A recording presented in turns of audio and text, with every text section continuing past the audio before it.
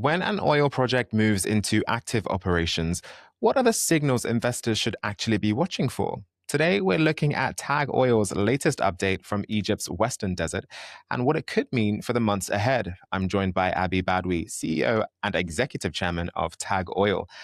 Welcome to the Watchlist, Abby. Thank you very much, Ricky, and thank you for having me on your show. Absolutely. So, Abby, you've just provided an operational update from the Western Desert, which is a key focus for the company. What are the main highlights investors should take away from this latest release?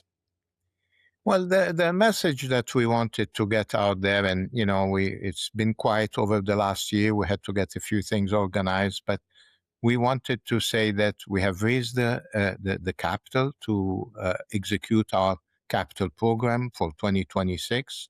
It was a successful raise. And with this capital, we have initiated our drilling plan for the next well on the Bedawan concession in Egypt. It's a promising location. It's going to be in an area with better quality oil, deeper, higher pressure, which will help production. And with good production, we're going to have good cash flow. So that was part of the message. We also are progressing our plans on the unconventional play on the Sur concession. This is a new concession that we were awarded last year. We're just in the final stages of getting a service agreement signed.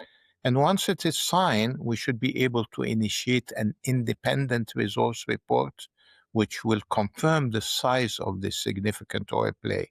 As you know, we're chasing a play that has multi-billion barrels of oil in place. I think proof of concept started with the initial drilling, but with these two wells that we're planning on drilling to 2026, we'll become more comfortable with this play and we can move into a development phase for it. And speaking of the future, looking beyond the current update, the market will be focused on what comes next. So what should investors be expecting from TAG through the rest of 2026? So, of course, the first thing is going to be, of course, drilling of the wells. That's always a factor, and how successful they are. What is the production level of the first well, which we plan on drilling as soon as the rig is available to us. We hope we start this late in June or early July with results coming out towards the end of the summer. So that was the one step. We're also doing some testing on the new concession. So the results of that also will be available to us before the end of the year. So these are the main things that sort of help the news flow. But with it, of course, drilling these wells will give us good production, good cash flows. And we have to remember at current oil prices, we're close to $100 a barrel. Any production here will really enhance our cash flow, but also to enhance our opportunity to drill additional wells and plan for a bigger development program. On a big development program, one of the things we're working on and will continue to work on is to attract a large industry partner to come and help us with a bigger program. It will require expertise, but it will require funding. So that's something we're planning on doing as well and hope to update the market with it as we progress on it.